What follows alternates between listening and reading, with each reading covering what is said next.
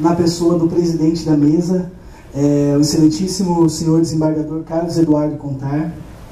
Gostaria também de parabenizar a Universidade Federal do Estado de Mato Grosso do Sul, a UFMS, pela promoção deste evento, que muito contribui para a formação dos futuros operadores do direito.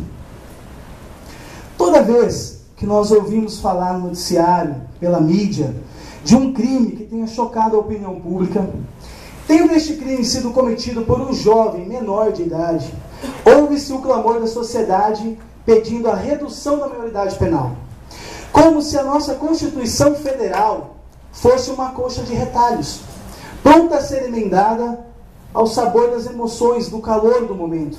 Não é. Não pode ser assim.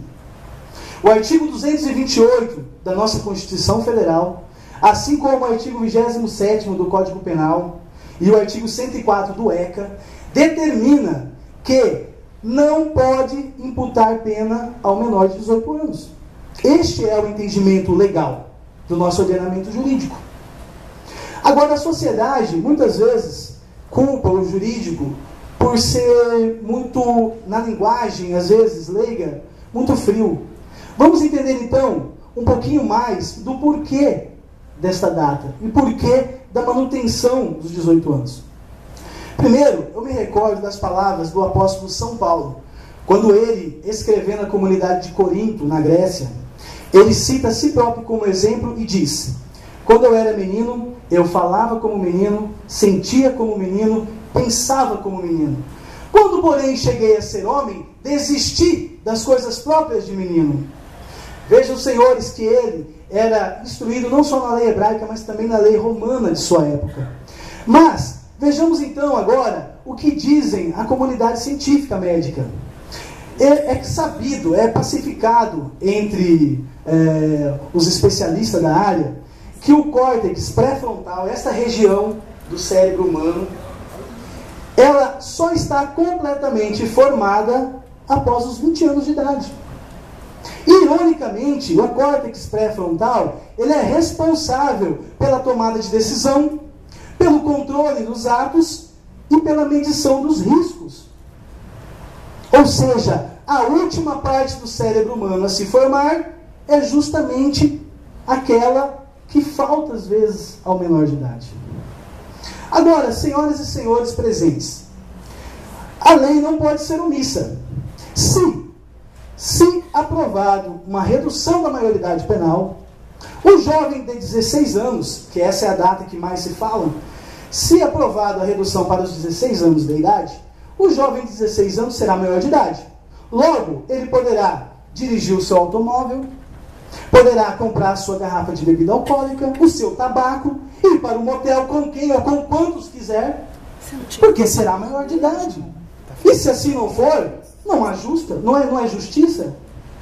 É um direito dele também como maior de idade. Assim como seus pais e o Estado não tem mais obrigação de cobrar os seus estudos, os seus alimentos.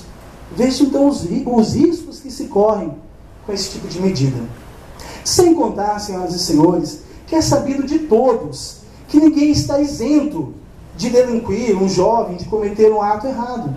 E como bem observou aqui, cito de novo aqui o apóstolo Paulo, ele trata como menino, aquele tempo em onde não se é adulto, não se é mais criança.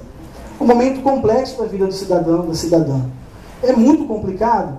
E vocês pensam que todos podem cometer um crime, pode fazer uma atitude errada. Defendemos então o crime? Não. O ilícito, a ilegalidade, a delinquência? Não, jamais. Mas é justo que aquele que errou, sem ter a capacidade plena de entender os seus atos, tenha uma segunda chance. E não seja jogado como um trapo imundo no nosso sistema penitenciário, no nosso sistema carcerário, que é sabido de todos também que são verdadeiras faculdades do crime. Salvo umas e outras, que tem um projeto e outro aqui e acolá, que consegue restituir o cidadão bem à sociedade, ou uma e outra ONG que consegue fazer um trabalho, ou religioso, enfim, que consegue restaurar alguns, é muito difícil. Como será então a convivência deste jovem de 16 anos de idade, dentro de um presídio? Alguém pode gritar assim, mas aí vai acabar o problema com as facções criminosas. Não, não acredito.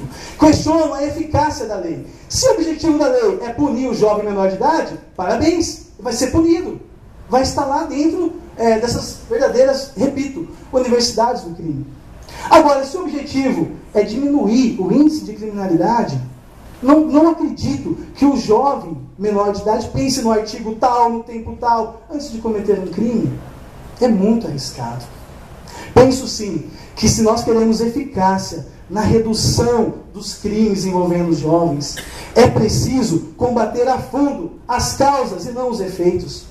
Cobrar sim do executivo, do legislativo e também do judiciário, que não seja omisso, dando um mau exemplo, deixando no ar o sentimento de impunidade para os jovens.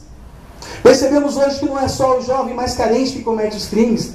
Alguns crimes que mais chocam a opinião pública são causados por jovens da classe média, às vezes até da classe alta. Acredito que pelo sentimento de impunidade nesses casos, e nos outros casos, podemos citar aqui a exclusão social, como fonte primária da sequela nessas crianças, nesses jovens, ou ainda a violência doméstica, a falta de educação adequada, sem citar o uso das drogas, sem citar a questão da prostituição infantil. E não precisamos, senhoras e senhores, ir longe para constatar estas coisas. Não é só nos grandes centros, não é só São Paulo, Rio, Minas Gerais, não. Aqui em Campo Grande, na nossa cidade, na nossa capital morena, também existem verdadeiras cracolândias, redutos de crime. Só que os criminosos são crianças. Então, senhoras e senhores, nós conclamamos, fazemos um apelo à comunidade jurídica, fazemos um apelo aos futuros operadores do direito, que levantemos a bandeira, não só de manutenção da legalidade, da legislação atual, mas também a bandeira de preservação das nossas crianças, que são o futuro desta nação. Muito obrigado.